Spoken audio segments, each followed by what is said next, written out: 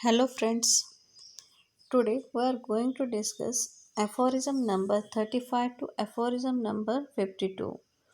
In these aphorism we are going to discuss in two parts, that is aphorism number 35 to aphorism number 42, that is about what happens when two dissimilar diseases meet together in body.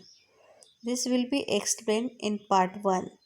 Then aphorism number 43 to 52, that will be about what happens when the similar diseases meet together in body, and that will be explained in part 2. Now in these aphorisms it is explained that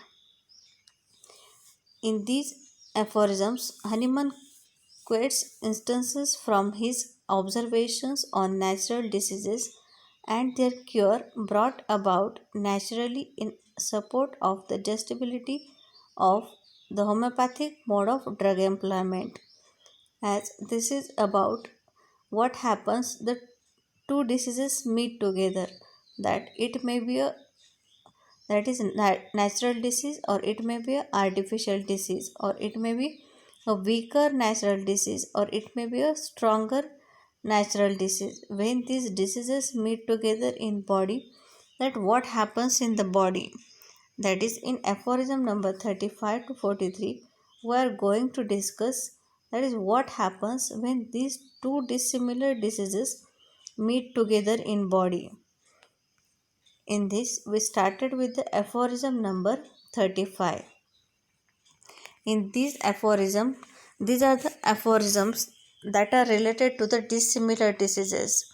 In aphorism number 35, in order to illustrate this, we shall consider in three different cases as well, that what happens in nature when two dissimilar natural diseases meet together in one person, as also the results of the ordinary medical treatment of diseases with unsuitable allopathic drugs, which are incapable of producing an artificial morbid condition similar to the disease to be cured, whereby it will appear that even nature herself is unable to remove a dissimilar disease already present by one that is unhomeopathic, even though it be stronger, and just as little is the unhomeopathic employment of even the strongest medicine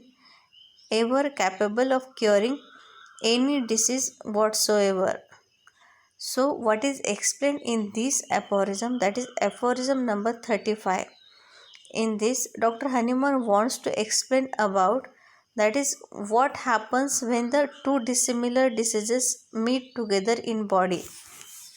That is, this must be a natural diseases meet together in one person, or it may be the result of ordinary medical treatment of diseases with the unsuitable homeopathic or unsuitable allopathic drugs, which are incapable of producing an artificial morbific condition similar to the disease to be cured. In this, Dr. Hanuman wants to explain about, as in aphorism number 35, Dr.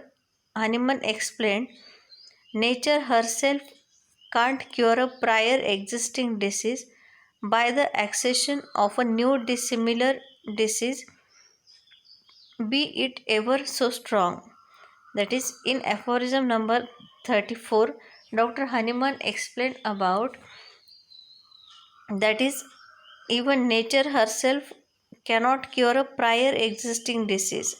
Means, if in a body there is prior existence of disease, the nature cannot cure that disease without the administration of some artificial disease in that case, but that artificial disease must be in a similar way as accession of a new dissimilar stronger disease, be it ever so strong. As the dissimilar disease, even in more stronger way we apply to the natural disease, it cannot cure that disease, or the nature also cannot cure that disease.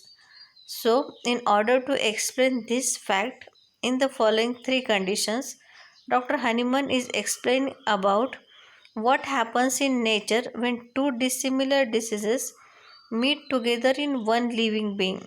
As in allopathic treatment, drug and disease symptoms, they are not similar, even though what so called homeopathic medicine can't cure natural disease. Now, how much strong they may be if they are not similar in manifestation to the natural disease. As in homeopathy, we consider homeopathy based on a similar law, that is, similia similibus curantur, means like cures like, and on this basis we treat the patient as we produce the similar effect in the patient or the similar disease in the patient as the natural disease that is present in the patient.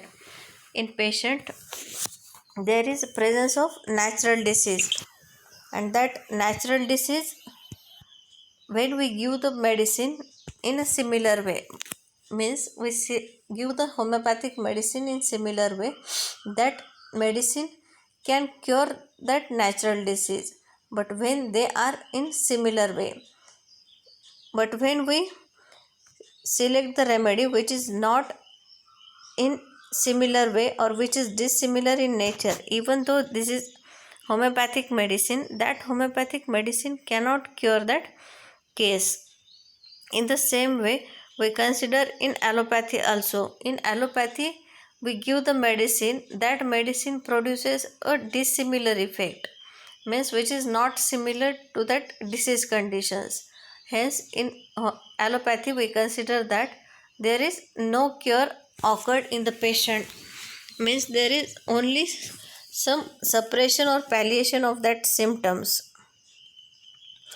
In that case, it is explained by Dr. Hahnemann also, that is, in allopathy, treatment of drug and disease symptoms, they are not similar, even though what so called homeopathic medicines and can't cure natural disease, how much strong they may be if they are not similar in manifestation to the natural disease.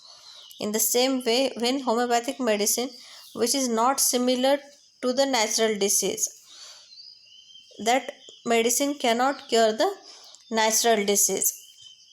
Hence, the medicine which we select, it must be in a similar way, and hence we consider that the homeopathic medicines which is selected on the similar basis can cure the patient very well.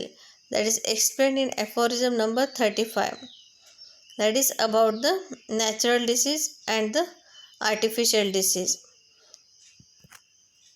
Then in aphorism number 36, Dr. Hahnemann told about, if the two dissimilar diseases meeting together in a human being of equal strength, or still more if the older one be the stronger, the new disease will repel by the old one from the body and not allowed to affect it. In that, a patient suffering from a severe chronic disease will not be infected by a moderate abdominal dysentery or other epidemic disease. The plague of Levant, according to Larry, does not break out where scurvy is prevalent, and persons suffering from eczema are not infected by it. Rickettsia Jenner allegiance prevents vaccination from taking effect. Those suffering from pulmonary consumption are not liable to be attacked by epidemic fevers, often not very violent character, according to own Hildenbrand. In this aphorism number 36, Dr. Hahnemann explained as the two dissimilar diseases, means in body there is presence of some natural disease. In that case, we consider the presenting natural disease is strong, that is if these two dissimilar diseases in human body being of equal strength, or still more if the older one has to be stronger, the newer disease will be repelled by the old one from the body and not allowed to affect it. Means in that case we consider two diseases, that is natural disease which is older and newer. Means old natural disease is stronger than the new natural disease.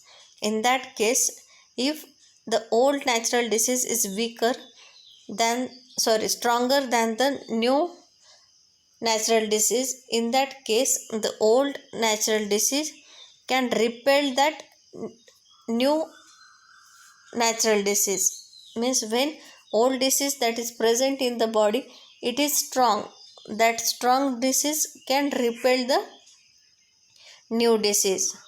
So that is explained in this condition when two dissimilar diseases meet in body. This is the first condition, that is in these two dissimilar diseases, the one disease is strong and the other disease is weak. In this the old disease that is strong and new disease is weak. So the old disease can repel that weak natural disease. In that case, they give some examples, that is when two dissimilar diseases meets together in one living being, if old disease is stronger than the attacking new disease, then the new get repelled by the old stronger disease. And in this they give examples as: first, a patient suffering from a severe chronic disease will not be infected by moderate atomal dysentery or other epidemic diseases, as a patient having a severe chronic disease. In patient old natural disease, that is a severe chronic disease, that patient cannot be infected by moderate dysentery or any other epidemic diseases that are of moderate nature, that cannot affect the chronic disease, that is severe chronic disease. This is first example. Then second example, as the plague of a Levant according to Larry does not break out where scurvy is prevalent. Means if the scurvy is present in the patient, that scurvy cannot be break out by the plague. The next example is, that is plague, it is an infectious disease, and scurvy, it is a vitamin deficiency of vitamin C. The next example is persons suffering from eczema are and not attacked by the plague, as person having presence of eczema that is of severe nature, that eczema cannot be break out by the plague or not attacked by the plague. Plague is an infectious disease. Then when patient is suffering from scurvy, prevents vaccination from taking its effects, that is Rickettsia and Jenner and Alligis. The next example is those suffering from pulmonary consumptions are not liable to be attacked by epidemic fever of a not very violent character. Means the patient having presence of pulmonary consumptions, means that is infection of TB, that is Mycobacterium tuberculosis. If TB is already present in the human being, that person cannot be attacked by the mild epidemic fevers. So this is the example, that is if the old natural disease is stronger than the new weaker disease, the new weaker disease is repelled by that old natural disease, or the existing stronger disease repels the weaker attacking disease. I again repeat it, what is explained in 36, that is existing stronger disease repels the weaker attacking disease. This is explained in aphorism number 36. Then what is explained in aphorism, that is what is view of Dr. Kent about that aphorism.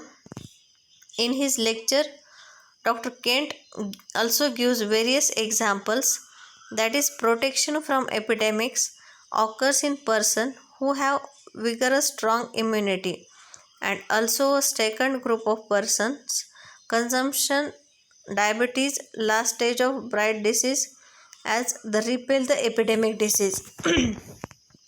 That is what is explained by Dr. Kent. He gives two examples. As of epidemic occurs, if there is epidemic of any condition, that protection from epidemic occur in person who have vigorous strong immunity, means a person having a strong immunity, he cannot be attacked by that epidemic conditions. Or also the diabetes last stage of bright disease as the repel the epidemic, as the patient having a diabetes condition or any bright disease condition, in that condition that chronic disease is so severe that these small epidemic diseases cannot affect that person, as their old natural disease are very strong, as the new epidemic diseases cannot affect them. That is also explained by Dr. Kent in his philosophy. Then what is explained in aphorism number 37? First, so also under ordinary medical treatment, and old chronic disease remains uncured and unaltered if it is treated according to the common allopathic method. That is to say, with medicines that are incapable of producing a healthy individual's a state of health similar to the disease, even though the treatment should last for years and is not of too violent character. This is daily noticed in practice. It is therefore unnecessary to give any illustrative examples. That is what is explained in 37, that is allopathy chronic diseases remains uncured, as what is explained in aphorism number 37, that is chronic diseases remains uncured in allopathy, as above fact is there, when two dissimilar natural diseases meet together in one living being, similar thing happens after use of allopathic medicine while treating chronic diseases, which is daily observed in practice. That's why Dr. Hahnemann has not given any specific examples. As in day to day life, we see the chronic diseases are not cured by allopathy. So, why chronic diseases are not cured by allopathy?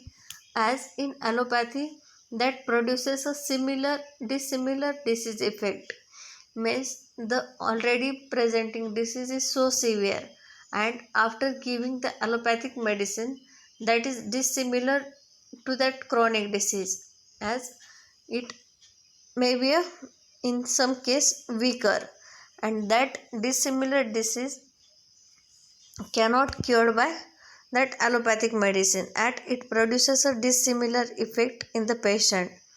As in, for this reason the chronic diseases are not cured by the allopathy, means in patient, if there is presence of chronic disease and we give the allopathic medicine, after giving the allopathic medicine, that allopathic medicine produces a dissimilar effect, means for example we take the example of hypertension. If patient having a chronic hypertension and we give the medicine in allopathic way, we prescribe the medicine as antihypertensive, any antihypertensive medicine.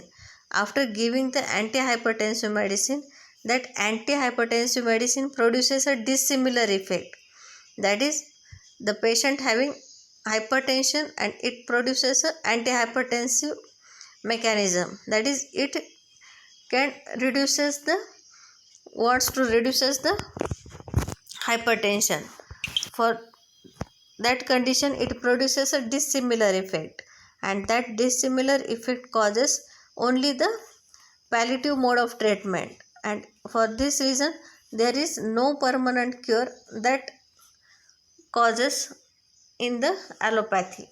Means in allopathy there is no permanent cure for the chronic diseases. That is explained in aphorism number 37. Then aphorism number 38. In aphorism number 38, that is, or the new dissimilar disease is the stronger.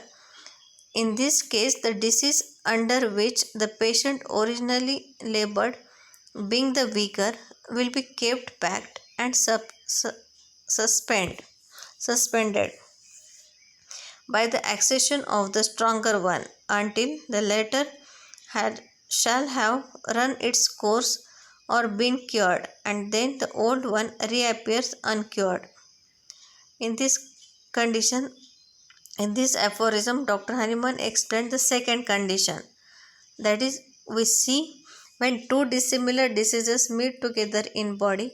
In this first condition is, if the existing stronger disease repels the weaker attacking disease, means the old disease and new disease. If this old disease is strong and the new disease is weak, in this condition the old disease repels the new disease. This is first condition. Second condition is when the new disease is strong and the old disease is weak. In that case, it will suspend that weaker disease. This is second condition. And if the nature of both, that is new disease and old disease, also having the stronger nature, that will make the complex disease or form the complex disease in the patient. This is third condition. Now in aphorism number 38, we are going to discuss the second condition. That is, if the new dissimilar disease is the stronger. In this case, the disease under which the patient originally labored, being the weaker, will be kept back and suspended. In this case, Dr. Hahnemann gives different examples. In this, the two children affected with a kind of epilepsy remained free from the epileptic attack after injection of ringworm. But as soon as the eruptions on the head was gone, the epilepsy returned just as before. As tulpis, that is, examples given by different stalwarts. In this, when the new stronger disease suspend the weaker disease. If the older disease is weaker, attacking new disease is stronger. In this, new disease takes the upper hand and suspend the older weaker disease. It will run its course or been cured, and after completing its regular course or cure, again old weaker disease recurred. That is, when the old disease and new disease. Now in this case, the old disease is stronger than the new disease. In that condition, in this new disease take the upper hand and suspend the old one. It will run its course and been cured, and after completing its regular course or cure, again old weaker disease recurs. Means in this second condition, the new disease is strong than the old disease. In first condition, we will see that the old disease is strong and the new disease is weak. So in that case, the old disease repels the new disease. But in this second condition, the new disease is strong than the old disease. So the new disease suspend the old disease. In this case, they explain about different examples. In this first example is of epilepsy and ringworm. As patient having a chronic patient of epilepsy. In that condition, if it is affected by a ringworm infection, as it is a stronger, that is ringworm infection is stronger, but as soon as the eruption on the head was gone, the epilepsy returned just as before. As this new disease is of short duration but of strong nature. After that, when the course of the new disease is complete, the new disease gone and the old disease reappeared. In that case, the first example of epilepsy and ringworm. The second example, each disappears on the appearance of scurvy, but after the cure of scurvy, it again broke out. That is, if the patient having a chronic eczema or chronic itch, that itch disappeared after the appearance of scurvy. Scurvy means that is the disease condition having the vitamin C deficiency, and if that condition occurred in a patient of itch, in that case the scurvy run its course, and after scurvy being cured, the itch again reappeared. That is the second example. Now the third example, that is pulmonary tuberculosis remained stationary when the patient was attacked by violent typhus but went on again after the latter had run its course. Means the patient having a pulmonary tuberculosis, and if it is attacked by typhus fever, what is violent typhus fever, that is in stronger nature, the pulmonary tuberculosis suspend for day, and after the disappearance of that violent typhus fever, the pulmonary tuberculosis reappeared again. This is third example. The next example is, if mania occurs in a consumptive patient, the tuberculosis with all its symptoms is removed by the former. But if that go off, the phthisis returns immediately and proves fatal. Means in a patient, if there is presence of mania, if mania occurs in a consumptive patient, the phthisis means that is a pulmonary tuberculosis with all its symptom is removed by the former, but it go off, the phthisis returns immediately and prove fatal. Means a patient having a pulmonary tuberculosis, and if it appeared a mania or attack of mania, after that attack the symptoms of tuberculosis again reappeared. Then they give examples of smallpox and measles. That is, when measles and smallpox are prevalent at the same time and both attack the same children, the measles that has already broken out is generally checked by the smallpox that come somewhat later, nor does the measles resume its course until after the cure of the smallpox. But if not infrequently happened that the inoculated smallpox is suspended for 4 days by the supervention of the measles, after the declamation of which the smallpox completes its course. That is about the smallpox and measles. Then, even when the inoculation of the smallpox had taken the effect of 6 days and the measles then broke out, then the inflammation of inoculation remains stationary and the smallpox did not ensue until the measles had completed its regular course of 7 days.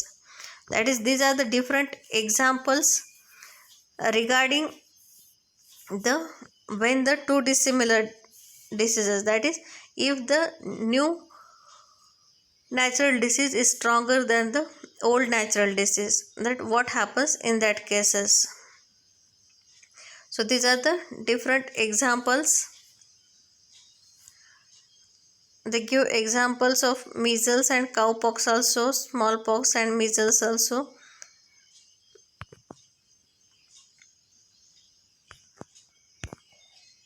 So these examples, that is, even after the measles had broken out, the cowpox inoculation took effect but did not run its course until these measles had disappeared. That is, when in patient there is presence of measles and cowpox, when patient having a cowpox and measles affect, after the disappearance of measles, the cowpox run its course. Then I myself saw the mumps immediately disappears when the cowpox inoculation had taken effect and had nearly attained its height. It was not until the complete termination of the cowpox and the disappearance of its red areola that this febrile tumefaction of the parotid and submaxillary gland, that is caused by peculiar miasm, reappeared and run its regular course of 7 days. Means patient having a mumps and it affect by cowpox, then cowpox run its course, and after that the mumps reappeared, and after that mumps also complete its course. So these are the different examples regarding the natural diseases, that may be old natural disease and new natural disease.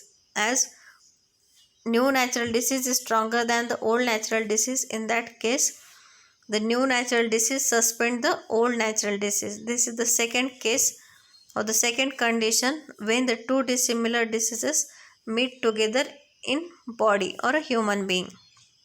Now the next aphorism, that is of 39, in that now the adherent of the ordinary school of medicine saw all this for so many centuries. They saw that nature herself cannot cure any disease by the accession of another, be it ever so strong, if the new disease is being dissimilar to that already present in the body. What shall we think of them? That they nevertheless went on treating chronic diseases with allopathic remedies, namely with the medicines and prescriptions capable of producing God knows what morbid state. Almost invariably, however, one dissimilar to the disease to be cured.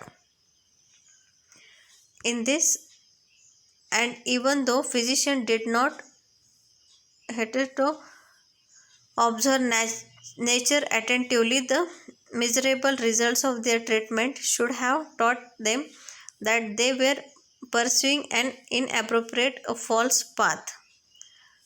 Means, did they not pursue when they employed, as was their custom, and aggressive allopathic treatment in a chronic disease, that thereby they only created an artificial disease dissimilar to the original one, which, as long as it was kept up, merely held in abeyance, merely suppressed, merely suspend the original disease, which later, however, always returned and must return as soon as the diminished strength of the patient no longer admitted of a continuance of the allopathic attacks on the life. In this, they explain about they give the routine examples to explain the aphorism number 39. In this, what happens when we use the allopathic medicines? In this, the nature herself cannot cure any disease by the accession of another, being it ever so strong, if the new disease being dissimilar to that already present in the body. Means, when there is a condition of dissimilar diseases, it cannot be cured naturally, or it cannot be cured by the allopathic way of treatment. So in this, they explain the practitioner who are strict with allopathic system of medicine are observing the above facts since last many centuries, that even nature cannot cure old disease by producing another dissimilar disease, be it ever so strong. After observing the above facts, although allopathic physician tries to treat chronic disease with medicine and prescription capable of producing unknown disease which are dissimilar to the disease to be cured. In this, Dr. Honeyman gives routine examples and explains the fact about the allopathy. As he explained on the above examples that even nature cannot cure that natural diseases which are dissimilar in nature, as they are repelled for some period or they are suspended for some period but reappeared again and again in the natural condition also, and nature also cannot cure that cases. Then how the allopathic physician can cure that cases? In this, they told to the allopathic medicines that the allopathic system of medicine are observing the above facts since many centuries, and they are observing these facts since many centuries that the even the nature cannot cure the old disease by producing the another dissimilar disease, be it ever so strong. So, after observing the above fact, although allopathic physician tries to treat the chronic disease with medicines and prescriptions capable of producing unknown disease, as after giving the allopathic medicine, we cannot know the what happens. There may be production of unknown disease which are dissimilar to the disease to be cured, and these are in the dissimilar way. Yet till today allopathic physicians are not observing to the nature minutely that what they are doing is wrong, and they are unable to pursue that the disease which they have created to take the care of natural disease is dissimilar one, and which suspending to the natural disease for a time. As soon as the duration of action of a medicine get exhausted, again disease recurrence in the same form or with the increased suffering. In that case, when they give the allopathic medicine to a patient, but this is in the dissimilar way, and in this dissimilar way, if that new disease is stronger, then that suspend for a day, that is the when the action of that medicine is completed, the old disease again reappeared, and in this way there is no cure of the patient. As soon as the duration of action of a medicine gets exhausted, again the disease recurrence in the same form with or with the increased suffering, means the chronic diseases are not cured by the allopathic medicines. So they give the examples like the each exanthema disappears from the skin after use of strong purgatives, but after discontinuing the purgatives, the cutaneous eruptions break out.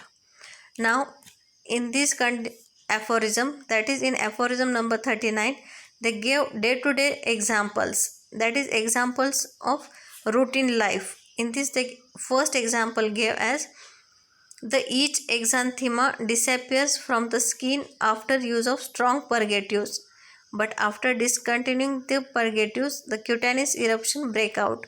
Means on skin, if there is some eruptions, for these eruptions, allopathic gives some purgatives medicines or strong purgatives, and that purgatives causes to disappear that eruptions for some days, but after discontinuing that purgatives, the use of purgatives, the cutaneous eruptions again come out. So this is first example regarding the allopathic mode of treatment. Then second example, when the ordinary physicians keep up artificial ulceration of the skin and issues on the exterior of the body with the view of thereby eradicating the chronic disease, they can never attain their object by so doing. They can never cure them by that means, as such artificial cutaneous ulcers are quite alien and the allopathic to be to the internal affection, but in such the irritation produced by the several tissues is at least sometimes a stronger dissimilar disease than the indwelling malady. The latter is thereby sometimes silenced and suspended for a week or a two. This is the examples regarding the ulcer, that is artificial ulceration of the skin and using of some medicines, or in allopathic way these are some of the medicines that produces the also ulceration of the skin. Now the next example is of epilepsy suppressed for many years by means of issue invariably recurred and in an aggravated form when they are allowed to heal up, but the purgatives for each and issues for epilepsy are better than the routine allopathic prescription composed of unknown components. So these are the different examples of routine life that is explained in aphorism number 39 regarding the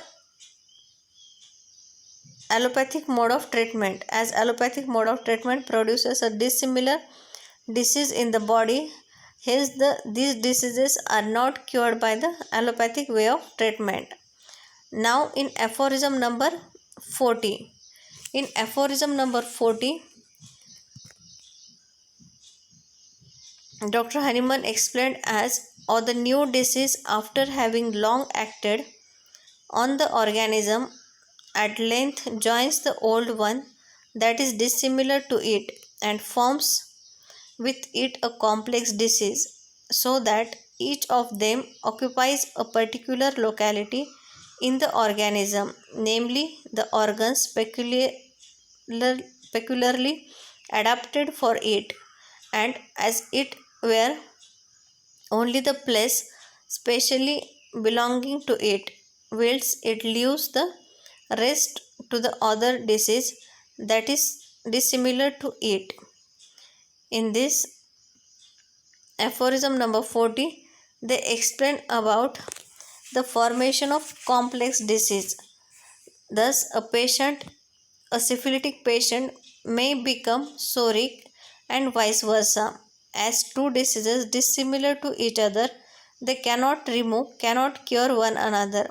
At first, the venereal symptoms are kept in abeyance and suspended when the psoric eruption begins to appear.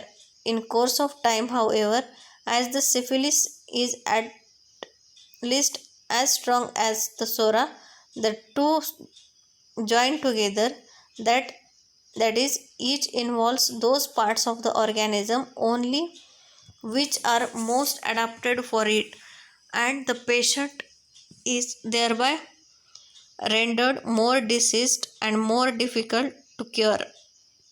And this aphorism also having a footnote that is about, from careful experiments and cures of complex disease of this kind, I am now firmly convinced that no real amalgamations of the two takes place, but that is in such cases the one exists in the organism besides the other only, each in the parts that are adapted for it, and their cure will be completely effected by judicious alterations of the best mercurial preparation with the remedies specific for the psora, each given in the most suitable dose and form. So, what is explained in aphorism number 40? That is when the two diseases, that is the new disease and the old disease, that having the same nature, then they form the complex disease in the human being. In this, the new disease, after having long acted on the organism, at length joins the old one that is dissimilar to it and forms the complex disease. Means in human body there is presence of old disease and after attacking of new disease, that new disease remain or long acted on the organism, and when the length of two disease get joined, the length joins the old one that is dissimilar to it, that two diseases forms the complex disease in the human body. And in this they gave the examples of miasm, that is a syphilitic patient may become psoric and vice versa, as the patient is of psoric nature, and if it is attacked by a syphilitic miasm, then the psora and syphilitic having the same length, in that conditions they can alter with one another, that is syphilitic patient may become psoric and it may be vice versa, or in that case venereal symptoms are kept suspended when the psoric begins to appear in the course of time.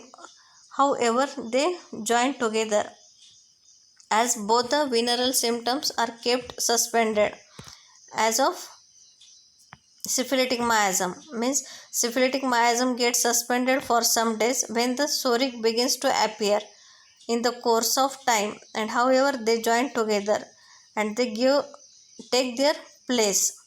When two dissimilar acute infectious diseases meet on, for example, smallpox and measles, the one usually suspend the other, as had been before observed. Yet there have also been severe epidemic of this kind, where a rare cases two dissimilar acute diseases occurred simultaneously in one and the same body, and for a short time combined as it were with each other. That is, if the attack of two dissimilar diseases on the human body of same strength occur, in that case both are attacking on the same human body and they form the complex disease in that body.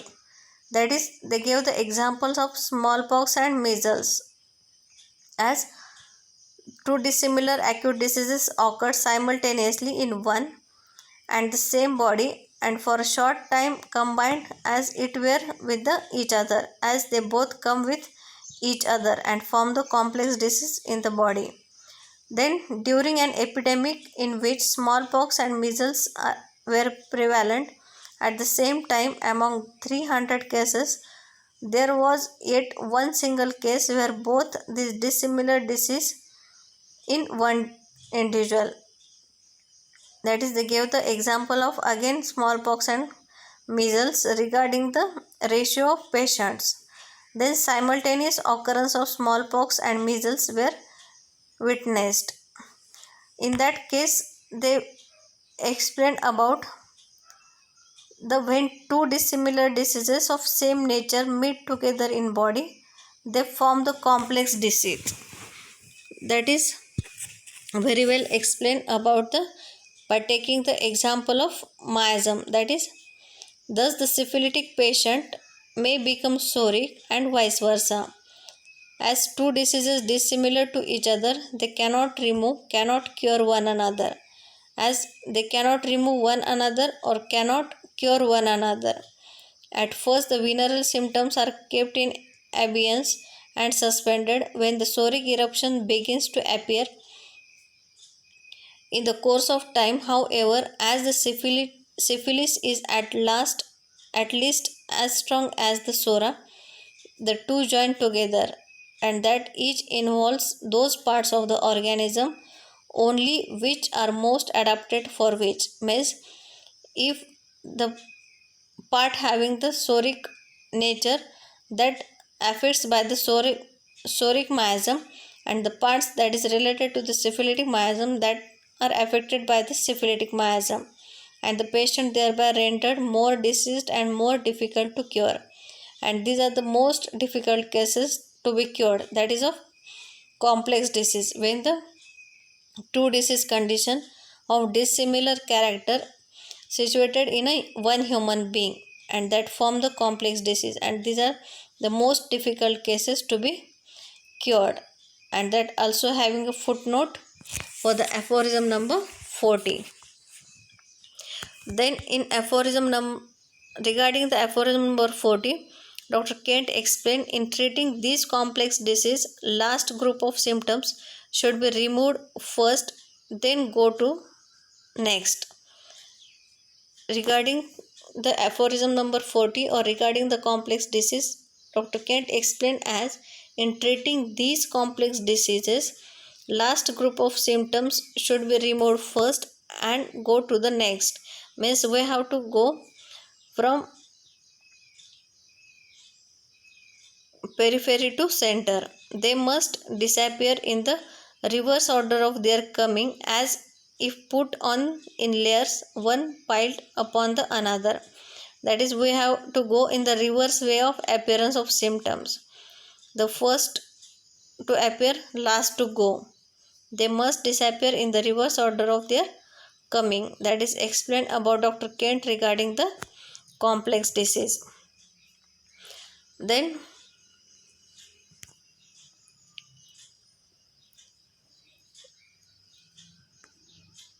in aphorism number 40, they explain about when two dissimilar acute diseases meet together.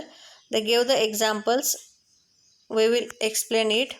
Then regarding the aphorism number 41, what it explained,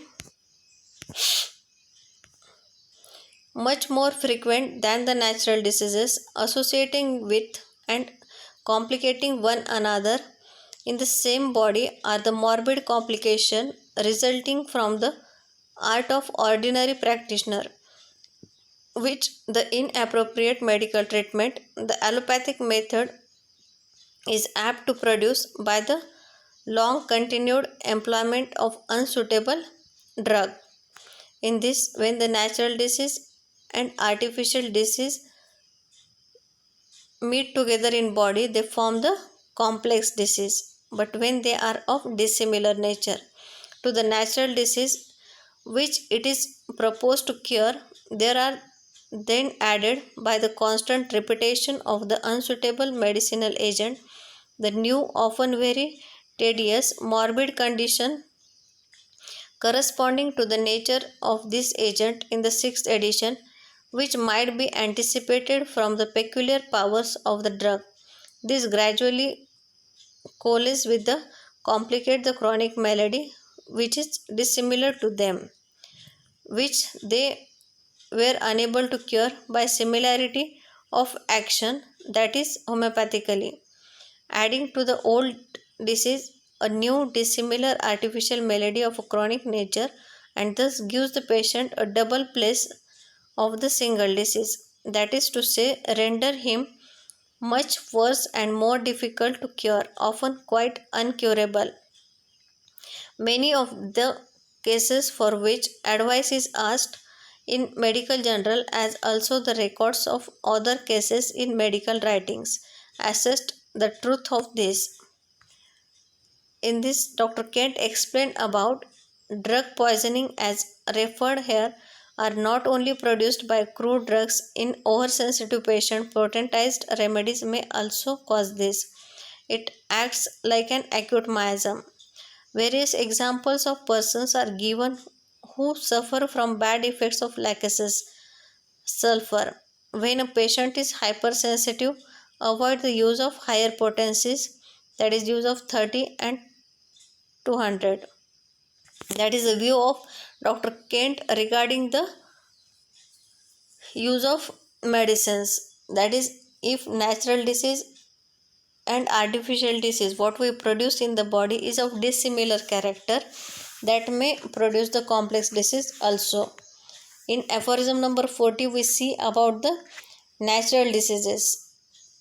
But in aphorism number 40, Dr. Hahnemann explained about if natural disease is present and if we give the medicine that is dissimilar, and that medicine produce the artificial disease in the human body that of dissimilar character, that may also produce the complex disease. In 41, they also given the examples, that is for mercury bedsides, the morbid symptoms which by virtue of similarity can cure the venereal disease. Homeopathically has among its effect many others unlike those of syphilis. For instance, swelling and ulcerations of bone in the sixth edition, which if it be employed in large doses causes new maladies and commit great ravage in the body, especially when complicated with sora, as is so frequently in cases of a similar character are the frequent cases in which the venereal cankerous disease complicated especially with sora or with the dyscrasia of condylomatous gonorrhea is not cured by long continued or frequently repeated treatment with large doses of unsuitable mercurial preparations, but assumes its place in the organism besides the chronic mercurial affection that has been in the meantime gradually developed, and thus along with it often forms a monsters of complicated disease under the general name of masked venereal disease, which then when not quite incurable can only be transferred into health with the greatest difficulty. In this they give the examples regarding the use of mercury in the syphilitic conditions that may be complicated with the soric conditions or the psychotic conditions. That is the aphorisms regarding, or these are the what is explained in aphorism number 41, that is meeting of two dissimilar natural diseases together and formation of complex disease is very rare, but in each and every disease after use of allopathic drug for a quite long period there is formation of complex disease to the natural disease. Instead of cure there is a addition of an artificial drug disease, so patient gets two instead of one, becomes very difficult to cure. At last patient becomes victim of incurable disease. As when we use the allopathic medicines, that allopathic medicine produces the artificial drug disease in the patient. From discussions of above aphorisms we can came to conclusion that nature herself permits no on very rare occasion appearance of two natural diseases in one living being. The complication is marked after meeting two dissimilar natural diseases in one living being, that is in the circumstances nature do not remove, do not annihilate and cannot cure one another, but both remain as it were separate in the organism, take the possession of the parts for which it is more susceptible. That is what is given in aphorism number 42, that is nature herself permits, as has been stated in some cases, the simultaneous occurrence of two, indeed of three natural diseases in one and the same body. This complication, however, it must be remarked, happens only in the cases of two dissimilar diseases, which according to the internal laws of nature do not remove, do not annihilate, and cannot cure one another. But as it seems, both or all three remain as it were separate in the organism, and each takes possession of the parts and systems peculiarly appropriate to it, which, on account of the want of resemblance of these melodies to each other, can very happen without disparagement to the unity of life. Means in nature also, when the two dissimilar diseases meet together in body, they cannot cure but they form the complex disease and they remain in the body as a separate entity and that affect the organism in more dangerous way. So this is the condition when two dissimilar diseases meet together in body. First one, they may repel one another, they may suspend one another, or the third condition that they may form the complex disease. So these are the aphorisms from